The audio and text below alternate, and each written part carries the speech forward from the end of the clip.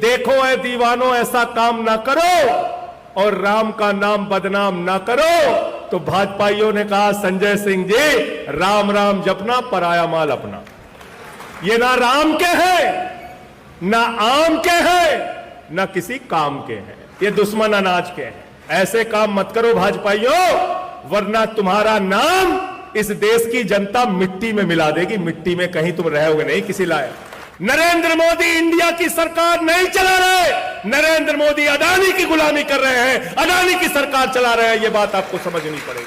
हमसे काहे गुस्साए हुए हैं पता है आपको?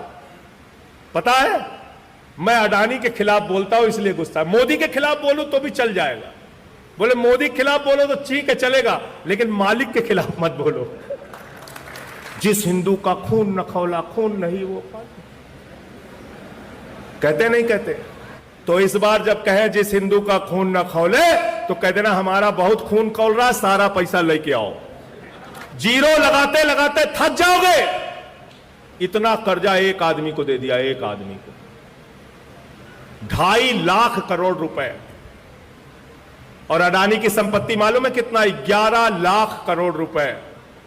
और नरेंद्र मोदी जी ने कितना पैसा माफ किया अपने दोस्तों का, पूंजीपतियों का मालूम है आपको? 13 लाख करोड़ रुपए। 13 लाख नहीं, 1300 करोड़ भी नहीं, 13,000 करोड़ भी नहीं, 13 लाख करोड़ रुपए।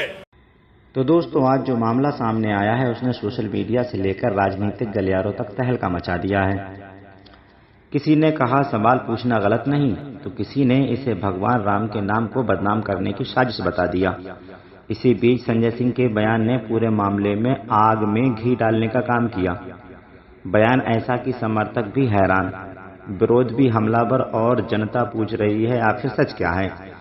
दोस्तों राजनीति अपनी जगह है, लेकिन जब बात आस्था की आती है तब लोगों की भावनाएं सीधे जुड़ जाती हैं।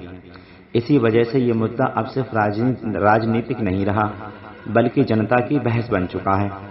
एक तरफ विपक्ष सवालों में की बौछार कर रहा है, दूसरी तरफ भाजपा इसे पूरी तरह झूठ और प्रोपोगंडा बता रही है। सबसे बड़ा सवाल वही है, अगर सब साफ है तो खुलकर जवाब क्यों नहीं है, और अगर आरोप बेबुनियाद है तो सच्चाई सामने आना चाहिए। तो चलिए वीडियो को देखते हैं कि पूरी बात क्या है, उसके बाद वीडियो के बाद में बात करते हैं। इतना पैसा माफ कर दिया, इतना पैसा माफ कर दिया, पूरा देश लूटने का काम मोदी जी की सरकार कर रही है।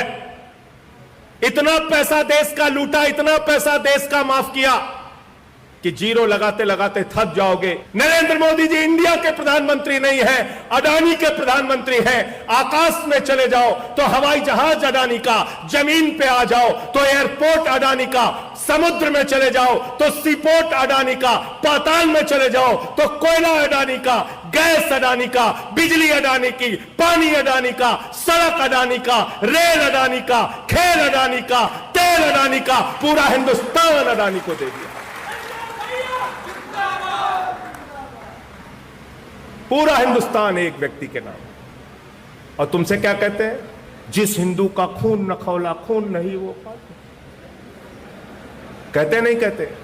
तो इस बार जब कहे जिस हिंदू का खून न खौले तो कह देना हमारा बहुत खून खौल रहा, सारा पैसा लेके आओ। हमारा खून बहुत ज्यादा खौल रहा है, उबाल मार रहा है हमारा खून। नरेंद्र मोदी जी की सरकार में 8 साल का आंकड़ा है, 8 साल का बैंकों का फ्रॉड हुआ है। 5 लाख करोड़ रुपए का बैंकों का फ्रॉड। बैंक से पैसा उठाया, पैसा लूट लिया। बोले साहब पैसा, बोले कोई नहीं, दिक्कत की बात नहीं, मोदी तुम्हारा भाई है, तुम हिंदुस्तान छोड़ के भाग जाओ।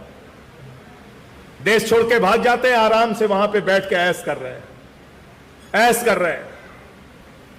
अडानी का जो घोटाला मैंने खोला था उसके बारे में खाली 2 लाइन जान लोगे, आपके पैरों के नीचे से जमीन खिसक जाएगी। मॉरिशस एक छोटा सा देश है, टैक्स हेवन कंट्री है, जहां पे कोई टैक्स देने का प्रावधान नहीं है। वहां एक कमरे में 6 कंपनी बनाई जाती है।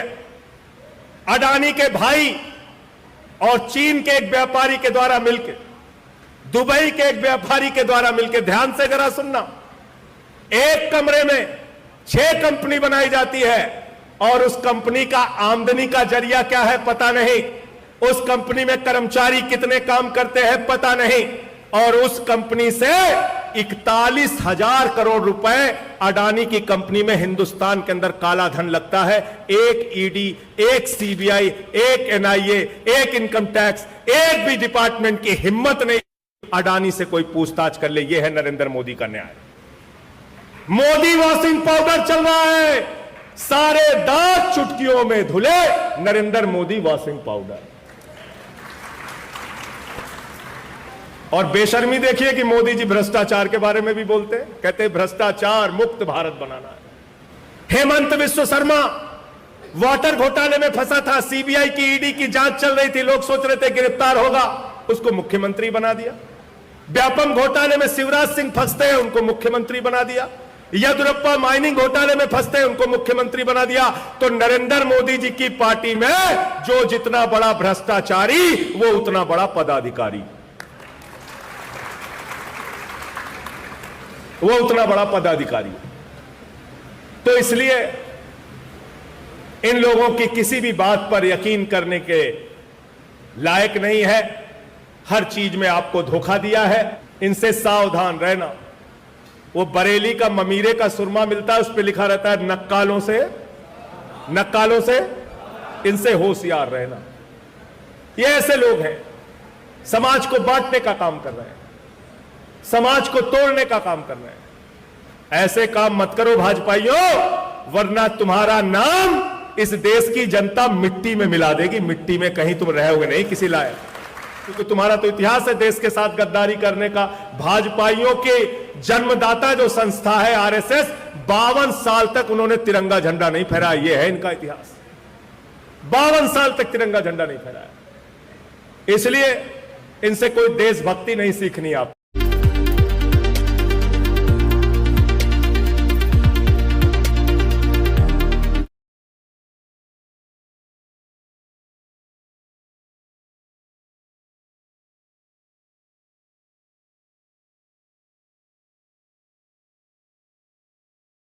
कुछ अंदाजा जरूर लगाया होगा। राम मंदिर के चंदे को लेकर लगातार बयानबाजी तेज होती जा रही है। कोई सवाल उठा रहा है तो कोई इसे पूरी तरह राजनीतिक बता रहा है। इसी बीच संजय सिंह के बयान ने माहौल को और गर्म कर दिया। अब सवाल ये है कि आखिर सच क्या है? क्या ये सिर्फ राजनीतिक आरोप है या फिर जनता जिन सवालों को उठा रही है उनका जवाब मिलना चाहिए? दोस्तों, राम मंदिर करोड़ों लोगों की आस्था का विषय है, इसीलिए इस मुद्दे पर जो भी चर्चा हो वो तथ्यों और जिम्मेदारी के साथ होनी चाहिए, क्योंकि आस्था और राजनीतिक जब आमने सामने आती है तब बहस और भी बड़ी हो जाती है। एक तरफ विपक्ष लगातार सवाल उठा रहा है, वहीं दूसरी तरफ भाजपा नेताओं का कहना है कि ये सिर्फ बदनाम करने की साजिश है। सोशल मीडिया पर भी लोग दो हिस्सों में बटे दिखाई दे रहे हैं, लेकिन सबसे बड़ी बात यह है कि जनता सच जानना चाहती है। अगर कोई आरोप है तो इसको सबूत सामने आना चाहिए, और अगर आरोप गलत है तो उस पर भी खुलकर जवाब आना चाहिए। दोस्तों, हमारा मकसद किसी की भावनाओं को ठेस पहुंचाना नहीं, बल्कि चल रही राजनीतिक बहस और जनता की प्रतिक्रिया को सामने रखना है। अब आप बताइए कि क्या ये सिर्फ चुनावी मुद्दा बन रहा है या सच में इस मामले पर खुलकर चर्चा होनी चाहिए? कमेंट कर अपनी राय जरूर बताएं। अगर आपको हमारी ये वीडियो पसंद आई हो तो वीडियो को लाइक करें, शेयर करें और चैनल को फॉलो जरूर करें। आपका एक सपोर्ट हमें और मेहनत करने की ताकत देता है। मिलते हैं अगली बड़ी अपडेट और नए रिएक्शन वीडियो के साथ, तब तक के लिए धन्यवाद।